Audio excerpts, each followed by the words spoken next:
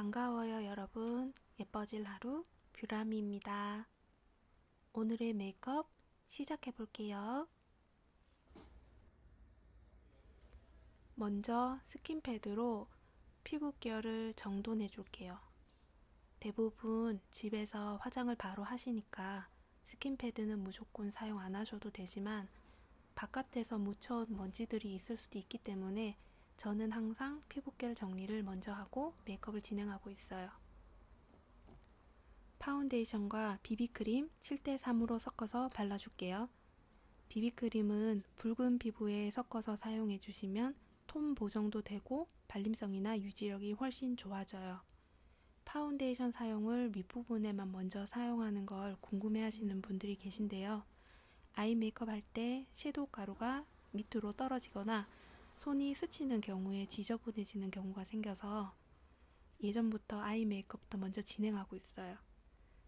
메이크업 하시는 분들마다 순서가 다 다른데 저처럼 눈화장부터 먼저 하시는 분들도 꽤 많은 걸로 알아요.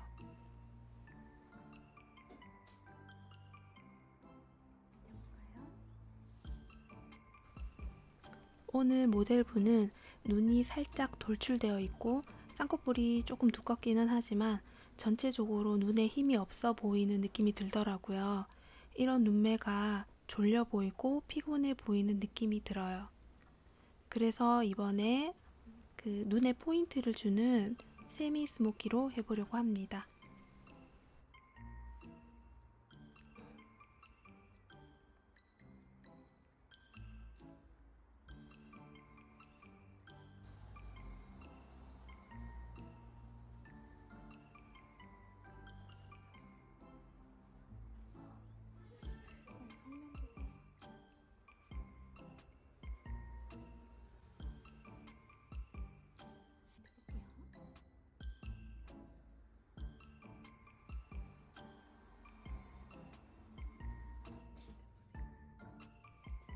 속눈썹은 커팅되어 있는 걸로 한 올씩 붙여주고 있는데요.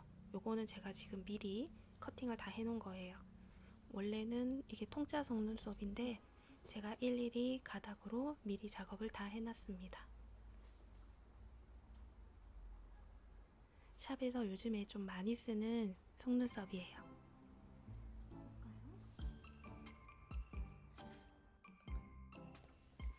대부분 눈썹이 짝짝이로 손질해서 오시는 분들이 많은데요. 눈썹은 눈썹 앞머리에 대칭이 먼저 맞아야 전체적으로 밸런스가 좋아 보이거든요. 그래서 눈썹 앞머리부터 잘 맞춰서 다듬어 주세요. 눈썹을 그릴 때 눈썹부터 먼저 그리고 그 후에 눈썹을 다듬어 줄 수도 있고요. 눈썹을 먼저 다듬어 주고 난 후에 눈썹을 그리는 방법도 있는데 원래는 눈썹을 그린 후에 필요한 부분만 조금씩 다듬어 주는 편인데 이번에는 눈썹 정리를 깔끔하게 다 해가지고 오셔서 대칭 먼저 맞춰주고 있어요.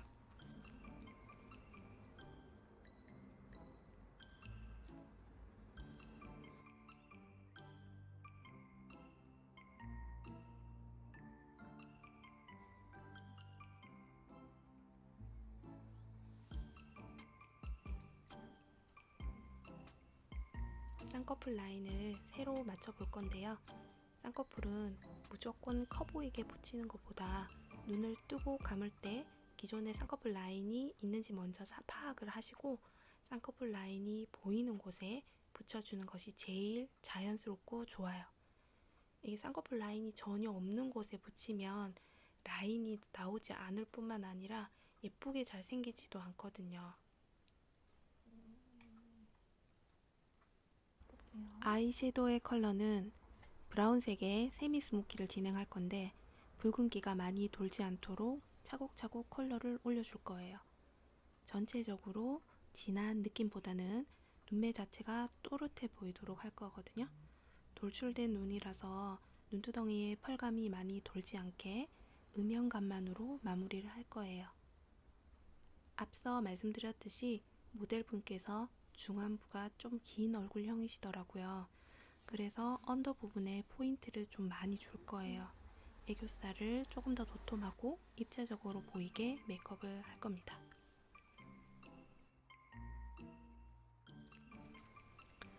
제가 항상 아이라인을 그릴 때 섀도우로 디자인을 먼저 잡고 아이라이너로 완성을 해주고 있는데요.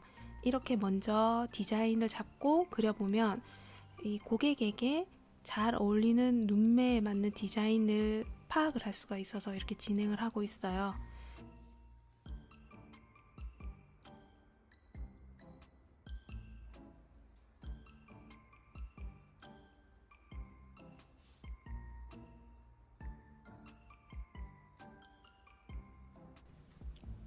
속눈썹을 가닥가닥으로 찝어줄 때에는 마스카라 액을 트위저 끝에 묻혀서 속눈썹 중간 부분부터 찝어주세요.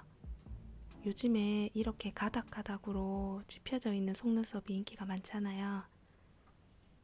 이렇게 속눈썹을 하면 눈 자체가 뭔가 또롱또롱해 보인다고 해야 되나? 그런 느낌이 들더라고요.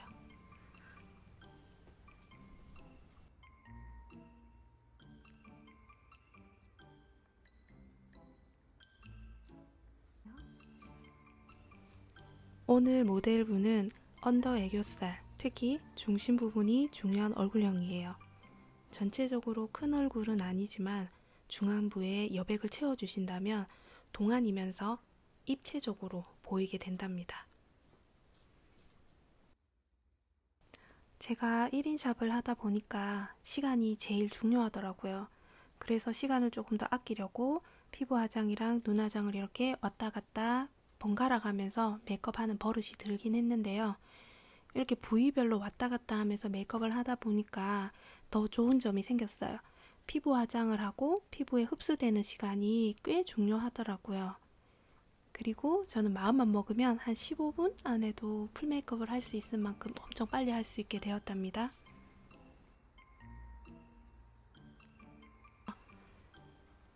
제가 메이크업을 할 때는 최대한 장점과 단점을 빨리 파악하려고 노력을 해요. 대부분 아시는 이야기겠지만 모든 사람은 다 다르게 생겼잖아요. 그래서 전부 똑같이 화장을 한 것처럼 보이겠지만 또 절대 그렇지는 않습니다. 큰 카테고리 안에서 한국 사람이 동양인이기는 하지만 또 거기서 세분화시켜서 한국 사람 특징과 대만 사람 특징이 다르듯이 말이에요. 그래서 그거를 생각하면서 화장을 하고 있죠.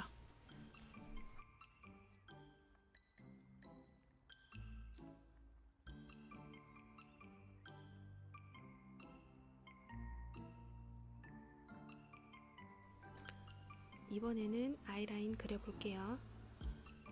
지금 이 눈매에는 깔끔하고 얄쌍하게 그려주는 게 훨씬 예쁘겠죠. 제가 사용한 제품은 프로에이 청담의 젤과 리퀴드 아이라이너를 1대1로 섞어준 제품이에요.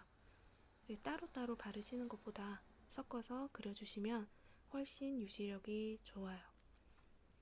펜슬 제품보다 이렇게 브러쉬로 직접 그리는 방식이 조금 더 어렵거든요. 그래서 초보이신 분들은 붓펜 형식으로 된 제품을 먼저 손에 익히신 후에 이 제품으로 넘어오시는 걸 추천드릴게요. 지금 이렇게 눈을 뜨고 감으면서 눈매를 봐가면서 뒤에 라인의 기장을 정해주시면 돼요.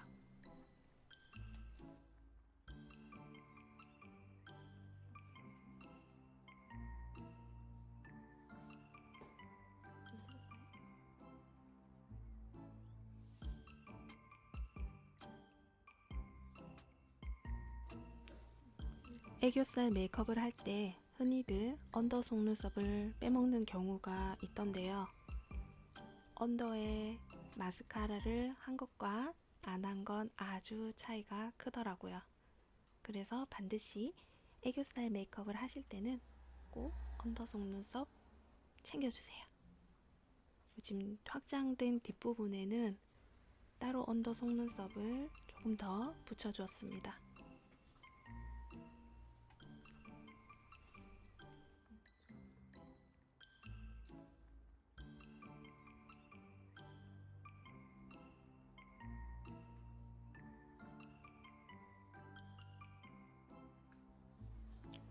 메이크업을 할 때 인종마다 국가마다 특유의 생김새가 있습니다. 우리나라 사람들은 코끝이 둥글다는 특징을 가지고 있는데요. 그래서 얼굴 외곽 부분보다는 코 쉐딩을 조금 더 정성껏 해주시면 훨씬 세련된 이미지를 만드실 수 있어요. 콧대와 함께 코끝 부분을 조금 짧게 노즈 쉐딩을 해줄게요. 모델분은 코끝이 살짝 길어 보이기 때문에 코 끝부분을 중점으로 쉐딩을 할 거예요. 가볍게 컨실러로 먼저 코 쉐입의 디자인을 잡아주고요. 쉐딩을 한 번 더 해줄게요. 아까 제가 노즈 쉐딩이 굉장히 중요하다고 했잖아요. 이렇게 두 번으로 나누어서 꼼꼼하게 컨투어링을 해주면 훨씬 자연스럽고 지속력도 올라가죠. 부위는 둥그러진 코끝 부분입니다.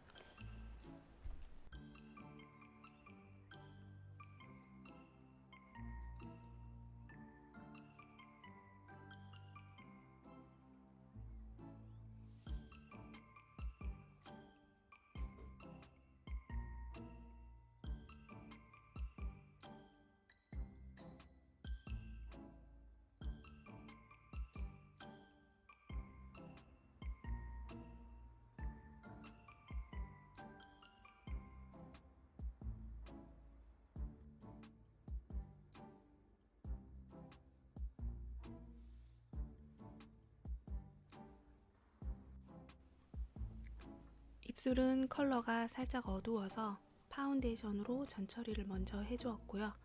립 라이너로 윗입술을 오버립으로 먼저 확장을 해주시고 베이스 립을 깔아주었습니다. 인중이 조금 긴 편이셔서 윗입술만 오버립으로 그려주었고요. 지속력을 높이기 위해서 티슈로 살짝 찍어가면서 한 2번 정도 꼼꼼히 발라주세요. 입술 중앙 부분에 포인트 립을 그라데이션 하면서 발라주었는데요. 턱이 긴 편이 아니라서 아랫입술은 오버립으로 그리지 말고요. 윗입술만 오버립으로 그려주었습니다. 이번에는 이렇게 제 목소리를 같이 녹음해서 영상을 업로드 해봤는데요. 제가 혼자 사업장을 운영하다 보니까 아무래도 결혼 시즌이 시작되면서 예약이 좀 많아져서 영상 자체를 찍을 시간을 가지지를 못했어요. 그래서 긴 추석 연휴에 꽤 많이 찍어두었습니다. 편집만 하면 돼요. 앞으로는 일주일에 한 편씩 주기적으로 본편 영상을 올리려고 합니다. 제 목소리가 불편하신 분들은 소리를 조금 낮추고 자막으로만 보시면 될 것 같아요. 그리고 구독자 곧 10,000명 되더라고요. 그때 이벤트 하려고 생각 중입니다. 이벤트는 구독자님 한 분 모시고 메이크업을 진행해 보려고 해요. 신청 많이 해주셔야 해요. 헤어까지 완성해 놓으니까 느낌이 완전 다르죠? 그럼 오늘도 예쁜 하루 보내세요.